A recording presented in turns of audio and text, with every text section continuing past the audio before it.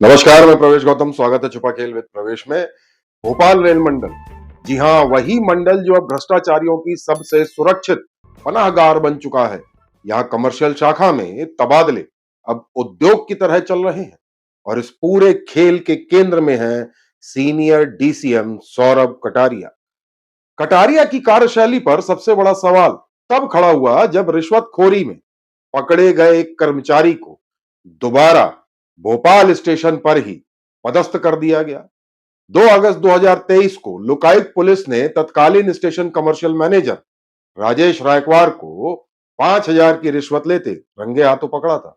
शिकायतकर्ता भोपाल स्टेशन में कैटरिंग से संबंधित कार्य करता था। लोकायुक्त ने इसके बाद रेलवे से साफ कहा था कि केस खत्म होने तक आरोपी को भोपाल स्टेशन पर पदस्थापना न दी जाए। लेकिन कटारिया ने नियम कानून की धज्जियां उड़ाते हुए राजेश रायकवार को भोपाल स्टेशन पर डिप्टी स्टेशन सुपरवाइजर यानी डिप्टी एसएस कमर्शियल बना दिया। हाल ही में तबादला आदेश जारी हुए, यानी आरोपी सीधे उस पद पर बैठा दिया गया जहां से सभी यात्री सुविधाएं और वेंडरों पर दबाव बनाया जा सकता है। सवाल यही उठता है, क्या यह महज संयोग है या एक सुनियोजित संरक्षण? यही नहीं, भोपाल स्टेशन का टिकट घोटाला, दैनिक भास्कर ने इसको उजागर किया था। तब सीनियर डीसीएम सौरभ कटारिया ने लीपापोती वाली जांच बैठा दी, लेकिन कहानी यहीं खत्म नहीं होती। द करंट स्टोरी ने इस मामले में आगे बड़ा खुलासा किया था। हमने खबर दिखाई थी, टिकट कैंसिलेशन रिपोर्ट दिखाई थी, जिसमें साफ कहा था कि अखबार की खबर 100% सत्य है, यानी भ्रष्टाचार हुआ और जिम्मेदारों को बचाने का खेल भी हुआ। इसके बावजूद तत्कालीन डीआरएम देवाशीष त्रिपाठी और सीनियर डीसीएम सौरभ कटारिया ने चुप्पी साध ली। नतीजा, न जांच आगे बढ़ी, न जिम्मेदारों पर कार्रवाई हुई। भ्रष्टाचार के आरोपित कर्मचारी आज भी डीसीएम पंकज कुमार दुबे और सीनियर डीसीएम सौरभ कटारिया के संरक्षण में संभवतः सुरक्षित महसूस करते हैं।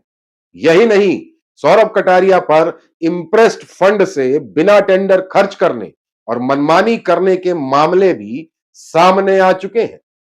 और सबसे बड़ा सवाल, क्या भोपाल रेल मंडल में तबादला उद्योग बन चुका है? द करंट स्टोरी ने इस तबादला उद्योग पर भी खुलासा किया था।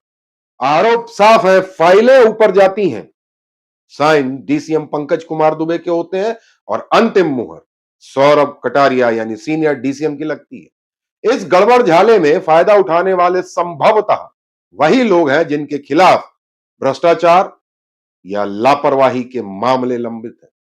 लेकिन जब सवाल उठते हैं तो जवाब देने की बजाय भागने की कोशिश होती है। द करंट स्टोरी के सवालों से बचने के लिए पहले तो करंट स्टोरी का नाम मीडिया लिस्ट से हटवाने का प्रयास किया गया। उसके बाद फोन नंबर ब्लॉक कर दिए गए। सोच लिया गया कि सवाल ही नहीं आएंगे तो जवाब भी नहीं देना पड़ेगा। लेकिन नंबर ब्लॉक करने से सच्चाई नहीं रुकती। शुतुरमुर्ग की प्रवृत्ति अपनाकर सच्चाई से भागा नहीं जा सकता साहब। भोपाल रेल मंडल का हाल यह है कि यात्री सुविधाएं बदहाल है, आमदनी घट रही है, ट्रैक मरम्मत में लापरवाही नजर आ रही है। पुराने डीआरएम देवाशीष त्रिपाठी ने तो पूरा कार्यकाल चुप्पी में निकाल दिया, उनकी निष्ठा भी संदेहास्पद नजर आ रही है। अब नए डीआरएम पंकज त्यागी आए हैं।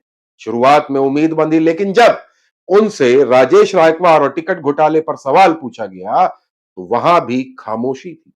पश्चिम मध्य रेलवे के पीसीसीएम यानी कमर्शियल के सबसे बड़े अधिकारी, उनसे भी हमने सवाल पूछा तो अभी तक जवाब प्राप्त नहीं हुआ है।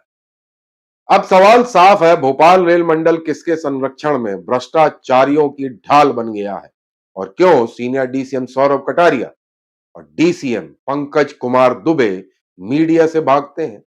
क्या वाकई यह मंडल तबादला उद्योग का नया हब बन चुका है?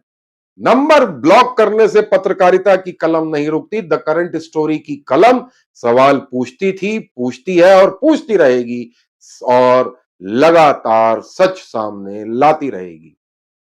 वर्तमान डीआरएम पंकज त्यागी जी से मेरा इतना ही आग्रह है, मैं काम करने आया हूं, काम करूंगा तब मीडिया से मिलूंगा, कहने से कुछ नहीं होगा, कार्रवाई करिए।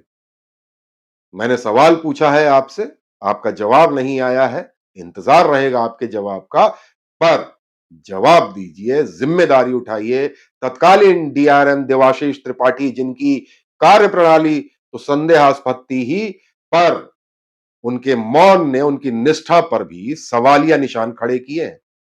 आशा करता हूं कि नए डीआरएम पंकज त्यागी जी संभवतः मुद्दों को, सवालों को समझेंगे और जिम्मेदारी के तहत जवाब भी देंगे, क्योंकि सीनियर डीसीएम सौरभ कटारिया, दो मामले जो साफ दिख रहे हैं, इसके अलावा अन्य 3-4 मामले हैं जिनमें सवाल खड़े होते हैं। आरटीआई में जब जानकारी मांगी तो 8(1) जे बहाना बनाकर नहीं दी, जबकि माननीय सुप्रीम कोर्ट ने स्पष्ट निर्देश दिए हैं कि पदस्थापना संबंधित फाइलें गोपनीय दस्तावेज नहीं होती। बावजूद इसके सीनियर डीसीएम मामले को टाल रहे हैं, जानते हैं कि 2-3 साल लग जाएंगे आरटीआई में, तब तक उनका तबादला हो जाएगा। पर मैं एक बात दावे के साथ कह सकता हूं, 2 साल, 1 साल, 3 साल जितने भी लगे, पर यह सच मैं प्रमाण के सामने लेके आऊंगा। फिलहाल तो राजेश रायकवार, जिसका प्रमाणित मामला है, केस अभी लंबित है, उसको भोपाल स्टेशन पर पदस्थापना क्यों दी? क्या यह प्राकृतिक न्याय और नैतिकता के विरुद्ध है? विरुद्ध नहीं माना जा सकता क्या? सीनियर डीसीएम सौरभ कटारिया जी नंबर ब्लॉक कर दिए हैं, डीसीएम पंकज कुमार दुबे जी ने नंबर ब्लॉक कर दिया है। देखना दिलचस्प होगा कि क्या नए डीआरएम साहब भी नंबर ब्लॉक करेंगे या सवालों के जवाब देंगे। हमारा प्रयास कैसा लगा जरूर बताइएगा। चैनल को लाइक, शेयर, सब्सक्राइब करना बिल्कुल ना भूलें। बहुत बहुत धन्यवाद।